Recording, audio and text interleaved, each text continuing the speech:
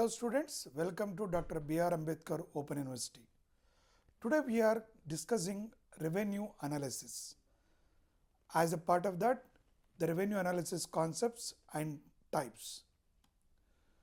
So the revenue refers to amount of money a producer receives in exchange for sale of proceeds, whatever goods and services we say, right?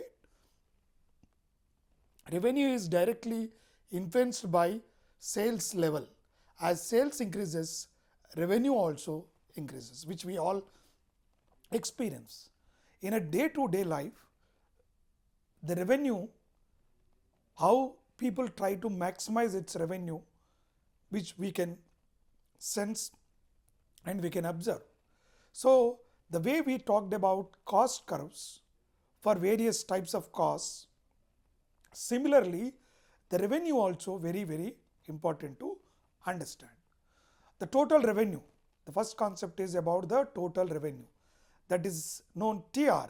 TR equal to P into Q. What is P stands for price, Q stands for quantity. Total income from sale of goods, which is the total revenue. For example, if you have 1000 units of some commodities at the rate of 50 rupees, if you sell it, how much you will get it? 50,000 rupees. That is the total revenue. We are not saying profit. Don't get confused with the revenue and a profit. We are only talking about the total revenue. The total revenue, which is the price divided by, multiplied by the quantity.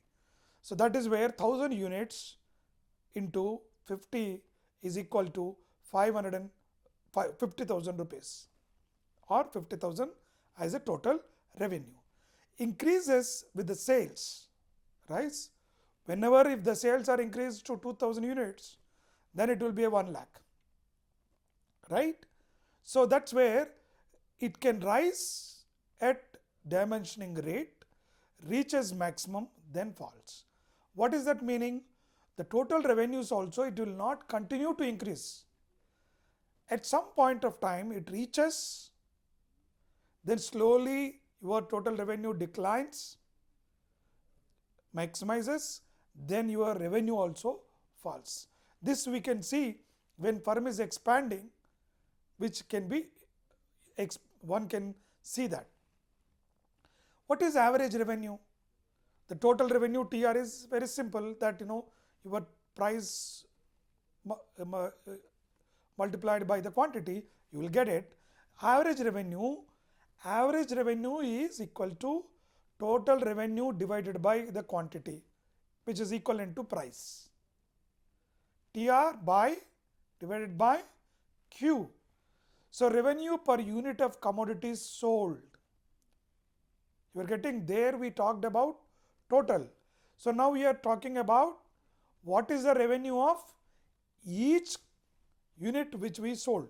Suppose you don't know, you have information only about total revenue, how many units you sold it, but you don't know what is the price of each unit, then this is the where we have to apply. AR always equals to price of the commodity. Please remember this fundamental principle. Average revenue is always equals to price of the commodity. For example, if your revenue, last example we told, right, 50,000 divided by 1000, that is equivalent to 50 per unit. AR is always a positive because it's an average revenue, it will be positive. Marginal revenue, MR. So that is your marginal revenue equals to TRN, that is a number, minus TRN minus 1.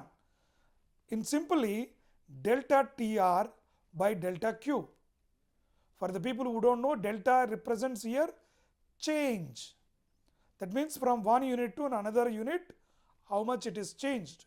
We have been talking about marginal cost, marginal revenue, marginal productivity, marginality, right? So that is this marginal revenue. Example, fourth unit, when TR goes from 15 to 16, your marginal revenue is 1 rupee. Why? That additional revenue. We are only talking about the additional revenue by selling the additional unit. How much revenue you are getting is the marginal revenue. That's the reason we say MR can be positive, 0 or negative also. If you remember the marginal utility, law of dimensioning marginal utility graph, we have explained graphically how it is moves positive, then it becomes 0, then negative. If you recall, as I told you, if people who are hungry, who eats more, first unit, second unit, you get more satisfaction. Third, fourth, your may not be big difference whether you eat it or not, but still you might have consumed because your friends are offered. And fifth unit, when you consume, if you vomit, that become a negative. So that's where it is trying to tell you the same, the logic which you can borrow from there to here. So here in the perfect computation, we have discussed about the markets also, right? So in simply how under the revenues under the perfect computation market, single market price, firm is price taker. If you recall all that we have discussed, all units sold at same price. That's the reason price equals to AR equals to MR. While studying the markets, though we have discussed theoretically in a textbook which is very clearly given about how and why this been, because simply your average price, since it is a perfect computation, prices cannot be an abnormal. So then hence is pure P equal to AR equal to MR. So this is the table is very clear for you how to calculate. The price is given, the quantities are also given, then the total revenue you can see when the quantity 1, 10 rupees, quantity 2 with the price 10, 20, 3 rupee, 3 quantity with the price of 10, it is a 30, 4th, 40, 5th, 6th, it goes on. What is the average revenue? From each unit you sell it, what is that average revenue? It is the AR is the 10. If you see the total revenue from first unit to second unit to third unit, the difference is 10, 20, 30, 40, 50, 60, which is very clear. Your marginal revenue is also same, right? Like that you are dividing 2, so you get 10. So each price is 10, so you will get the price since constant, your average revenue is also constant, your marginal revenue is also constant.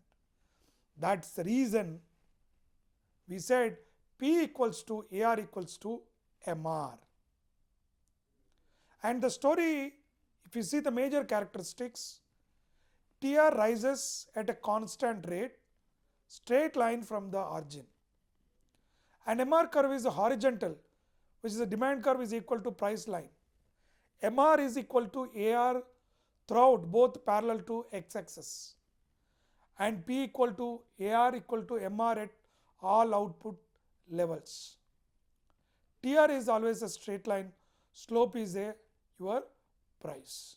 So when you look at this, we have taken one market, you to understand how this TR, MR, ARs which are there, and I would suggest students to use this same logic and try to apply to the monopolistic computation, monopoly market, oligopoly market, where you can understand easily. Thank you.